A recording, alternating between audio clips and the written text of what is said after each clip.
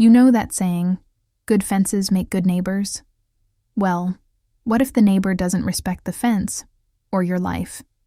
Today you're going to hear a disturbing story, one that mixes morbid curiosity with real fear. A story that could happen in any town in the United States, maybe even on your street. And let me just say this. If you have a terrifying story about strange neighbors, stalking, or unexplainable things, send it to us. Who knows, it might end up here on the channel. After all, sharing your fears might be the only way not to live through them alone.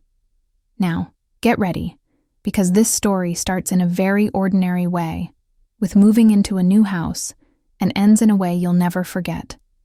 My name is Claire Watson. I'm 27 years old, and I grew up in Denver, Colorado. But this story didn't happen there. It happened when I moved to a small town in Kansas, chasing cheap rent and some peace and quiet. The house I chose was on a street that seemed calm enough. 2 trees in the front, yard, a wooden porch, and that old-fashioned charm that made me feel like I was finally starting a decent adult life. It was my first house alone. No roommates, no shared bathroom. Just me.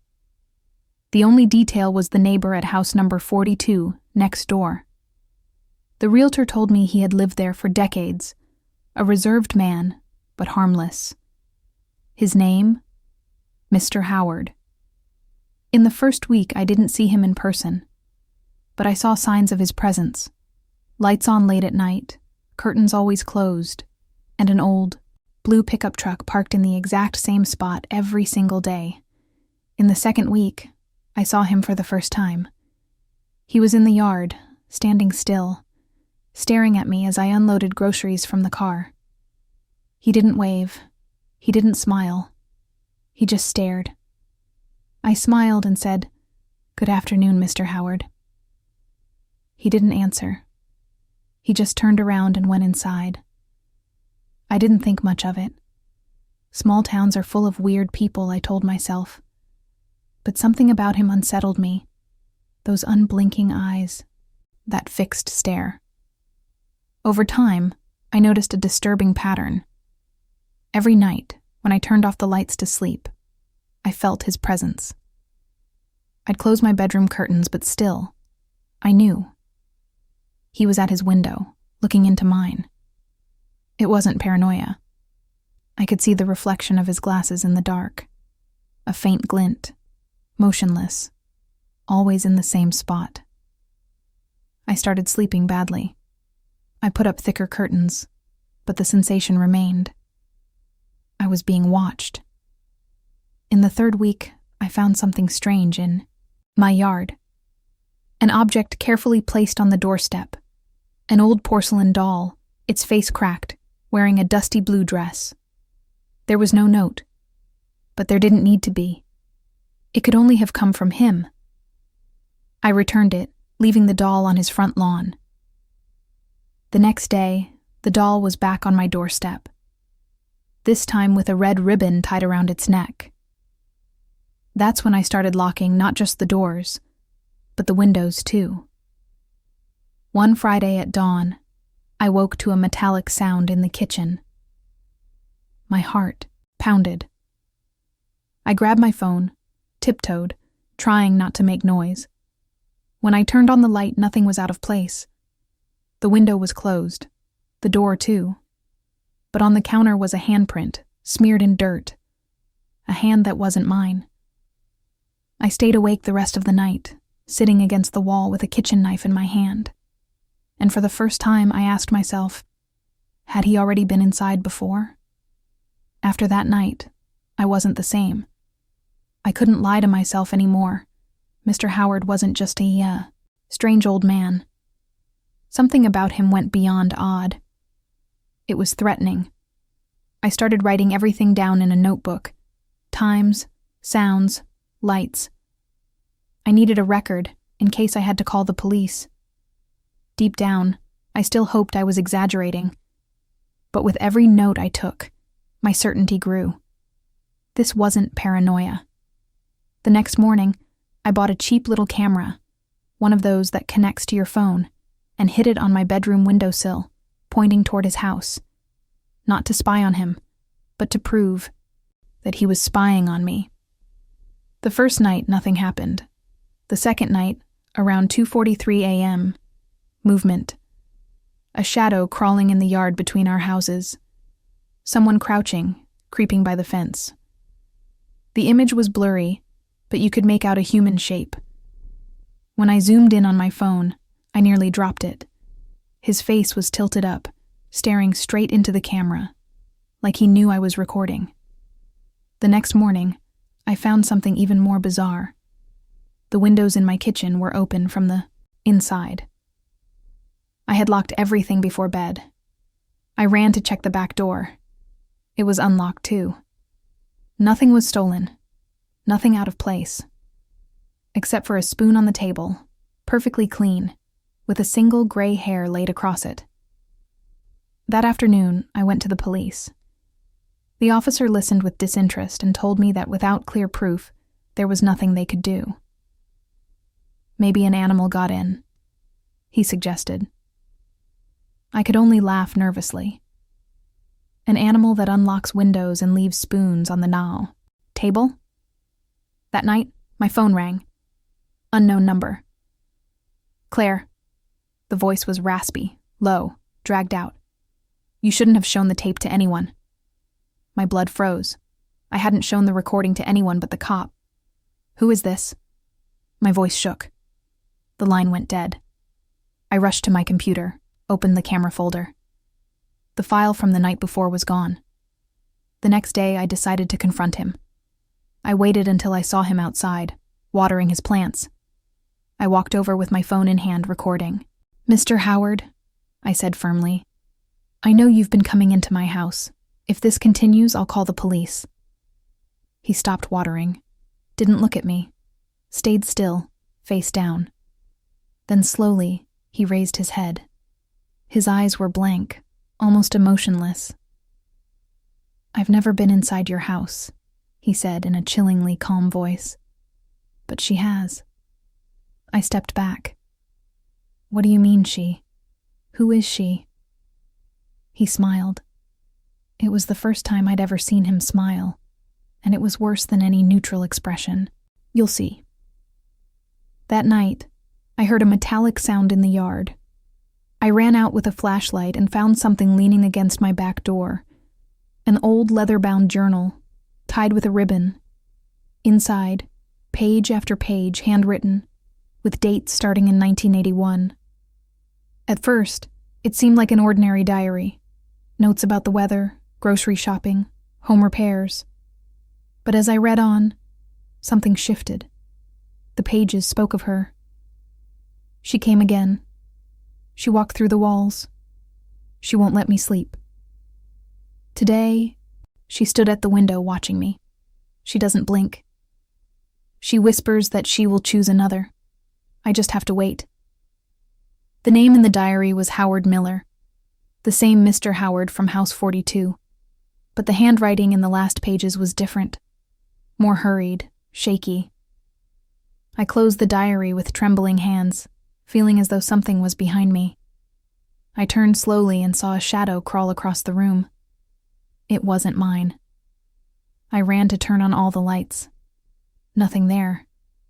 But the smell of wet earth lingered in the air. I locked myself in the bedroom, heart racing. Sleep never came. And for the first time, I realized Mr. Howard might have been right. Maybe it wasn't him. Maybe it was something else. The next morning, I found dirty handprints on the bathroom mirror. Small hands, like those of a child. In the middle of them, written with a finger, "You are next." That's when I realized the house wasn't just the setting. It was part of the game, and I was already inside it. There was no denying it anymore. The presence wasn't my imagination. The house was marked, and I was trapped in it. I spent the day on edge, jumping at every twitch of a curtain, every sound of the floorboards. And yet, my curiosity grew. I needed to understand what this she was that Mr. Howard wrote about. The search through the archives, I went to the public library, where the town's old records were kept. I asked the librarian to help me look up the history of my street. "What's the house number?" she asked. 42. Her eyes lifted slowly, as if she recognized something in the number. She pretended not to care, but she took longer than usual to bring me the files. When I opened the folders, I found yellowed headlines. "Family found dead under strange circumstances. 1981. Teenager disappears without a trace. 1997. Woman reports apparitions near Cedar Street. 2006. All the dates matched the periods recorded in Howard's diary.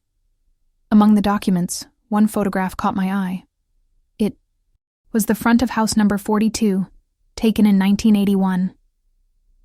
In the upstairs window there was a silhouette. It didn't look human. The shape was elongated, with arms too thin, its head tilted as if watching the photographer. I showed it to the librarian. "Do you know who this is?" I asked. She snapped the folder shut quickly. "You'd better not get involved in this." That night, the wind felt heavier, whispering through the cracks in the windows.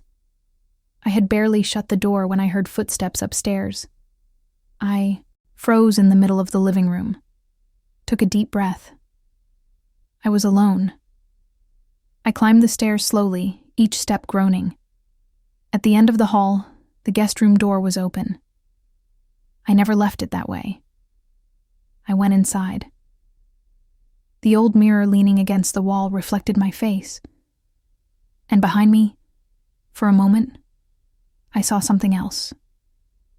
A pale woman, long hair, eyes black as coal.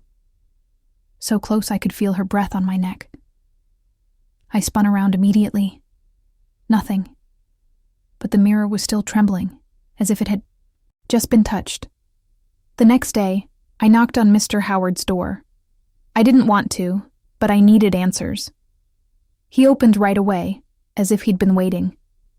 "She's appeared to you, hasn't she?" I couldn't speak. I just nodded. He let me in. His house was stifling, filled with crucifixes hanging in every corner. "She is old," he said in a grave voice. "Older than the town. The house is only the gateway." "What does she want?" I asked. He looked me straight in the eyes, unblinking. "Witnesses. Always a witness. Someone to carry the weight." "Why me?" "Because you opened the door." After that conversation, I couldn't sleep anymore. Each night became a parade of noises. Soft knocks on the walls, faint laughter, footsteps stopping at my door. I tried to convince myself it was exhaustion, until the physical touches began. On the third night, I woke up to icy fingers gripping my ankle.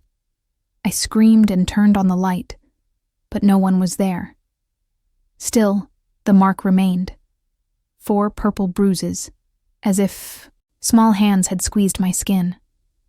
Days later, I noticed a grate hidden under the living room rug. I pulled it back and found a small iron door, locked. I forced it open with a screwdriver. The stench of mold and earth filled the air. I went down wooden steps into a dark basement. In the corner, a wooden box. Inside, old dolls, each with their eyes carved out. And among them, a notebook. The pages described rituals of invocation, written in strange symbols. At the end, a single phrase repeated, over and over. "She always comes back. She always chooses." That night, I covered every mirror in the house with sheets. I didn't want to give her more portals to appear. But at 3:03 a.m., I woke to the sound of fabric tearing. I turned on the light. The sheets were on the floor, fallen, and all the mirrors showed the same scene. Me, sleeping in bed. But it wasn't live. It was like they were showing another time, a few seconds before. And in each reflection, behind me, she was lying down slowly, sliding under the sheets. I looked around in terror. My bed was empty, but the mirrors, The mirrors don't lie. The next morning, I thought about running, throwing everything in the car and leaving. But something inside me knew it wouldn't matter. I had already been chosen, and running would only make her follow. Run. That word hammered in my mind day and night, but deep down I knew. It was useless. The presence had already seeped into me. I always woke up at 3:03 a.m., as if something were calling me. And every time I got up, there was something new, something deeper, as if the house were pulling me further inside itself. One morning, when I looked in the mirror, I noticed a detail that left me in shock. My hands. My nails were caked with dirt, as if I had been digging during the night. But I couldn't remember anything. I ran out to the backyard. The lawn was full of holes, shallow, like graves just being started. I looked at my hands again. They were shaking. It wasn't me, I whispered to myself. It couldn't have been me. But the taste of dirt was still in my mouth, as if I had chewed the soil. That night, the upstairs hallway filled with voices. They weren't screams. They were conversations. Low murmurs, as if people were gathering to discuss something in secret. I pressed my ear against the door. I could make out scattered phrases. She already knows. She's almost ready. The reflection will open. I flung the door open. The hallway was empty, but the carpet was marked. Small footprints, childlike, led all the way to the mirror at the end of the corridor. When I approached, I saw the impossible. In the mirror, it wasn't me. It was an older version. Gray hair, a worn-out face. She stared straight at me, and then she spoke. "Don't fight. You never win." I stumbled backward, gasping. But in the real hallway, there was no sound. It was only in the reflection. When I tried to stand, the mirror creaked, as if it were about to shatter. But instead of breaking, it breathed. The surface expanded and contracted, like lungs. I ran back to my room, crying. The next morning, I found an envelope under the door. No sender, but the handwriting was the same as Mr. Howard's. "I tried to warn you. The house doesn't keep memories. It keeps echoes. Everyone who enters becomes part of the cycle. There is no way out. If you continue, you'll lose who you are. If you resist, it takes your body. The only choice is left. Forget or be forgotten." My hands trembled so much I barely finished reading. Howard knew everything. But why was he still living across the street? That night, I locked every door, every window. I forced myself to try to sleep. But when I finally closed my eyes, I dreamed I was standing in the hallway, watching myself lying in bed.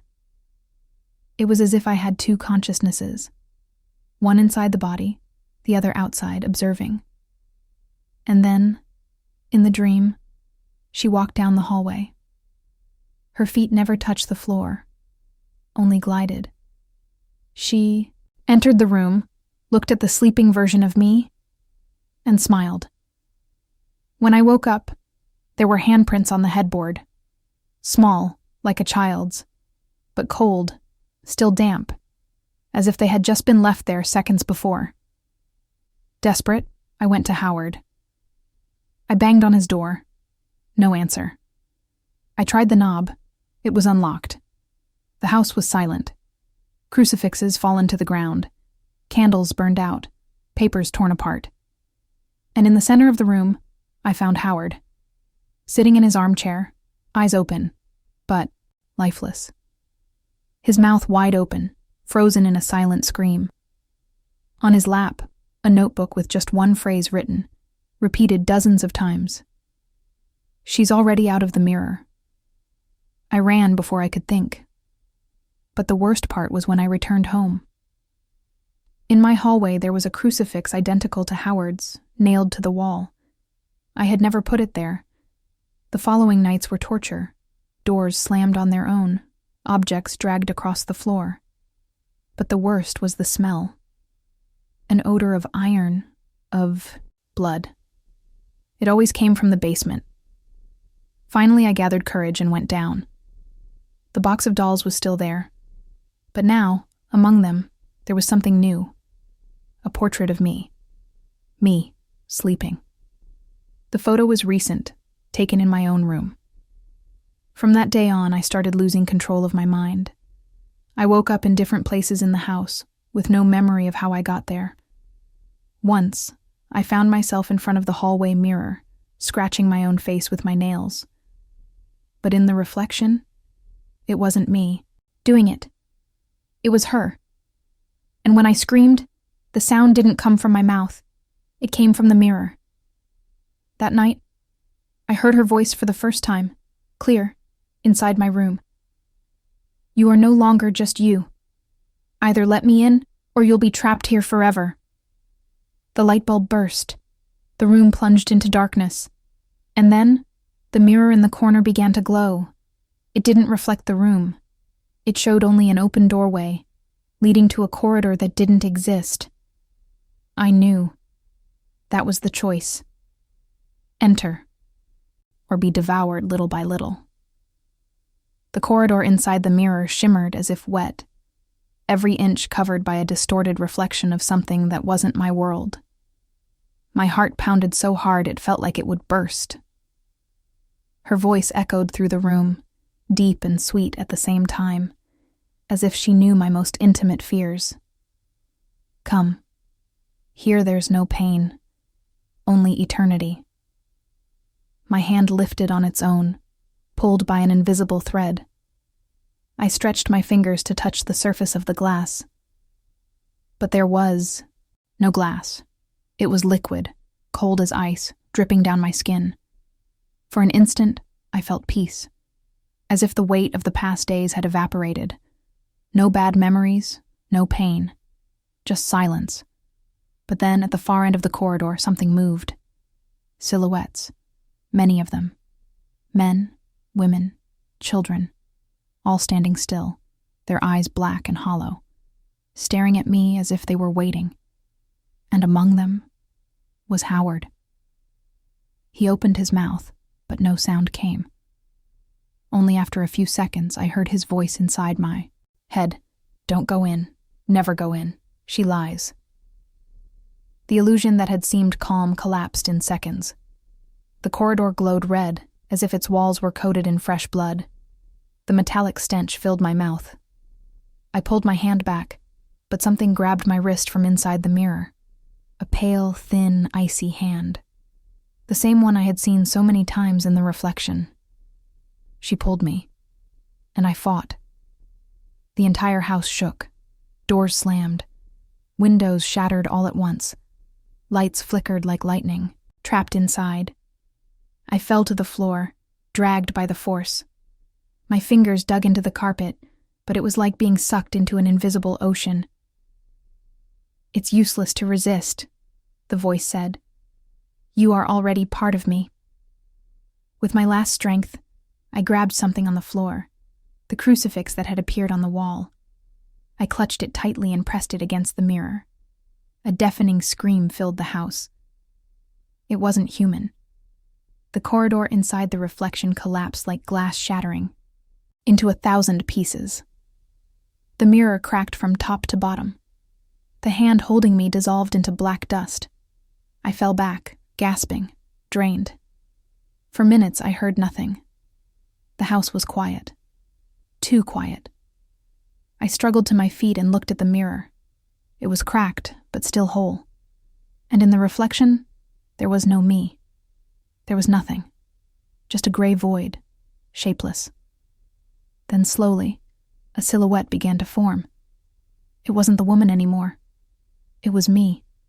But smiling. A wide, sickly smile that didn't belong on my face. She lifted her hand and touched the other side of the crack. I stepped back. The cracks began to seal on their own, like wounds closing. In seconds, the mirror was flawless again. And then, she spoke with my own voice. "Thank you for setting me free." My body turned cold. I ran out of the house, stumbling, not looking back. I crossed the street, banging on a neighbor's door, any neighbor's. When they opened, I was screaming nonstop. "There's someone inside. There's, someone inside." But when we went back together, the house was empty. No sound, no reflection, nothing. I slept at a friend's house that night, but I couldn't close my eyes. At dawn, I returned, determined to pack and leave forever. Everything was silent. But in the bedroom, something new lay on the bed. A photo. Me, standing in front of the mirror, with a wide smile. But I didn't remember posing for it. On the back of the photo, a sentence written in thin letters. "Now we are two." Are you still there?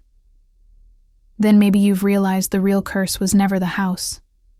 It wasn't the mirrors, or the cold hands that reached from the dark.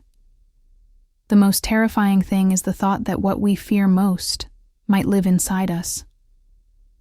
And if you looked in the mirror right now, could you really be sure the reflection is yours? Remember, some stories aren't just told, they keep going. Sometimes in silent places, other times in distracted people who think they're safe. Maybe that's why you should never ignore that strange feeling of being watched, even when you're alone. Because what if it isn't just your imagination? If you made it this far, don't forget to like this video, subscribe, and hit the bell. Not to help me, but so you'll never miss the next story. After all, you'll want to know when it's your turn to hear the whisper from the other side. Good luck, and until the next story.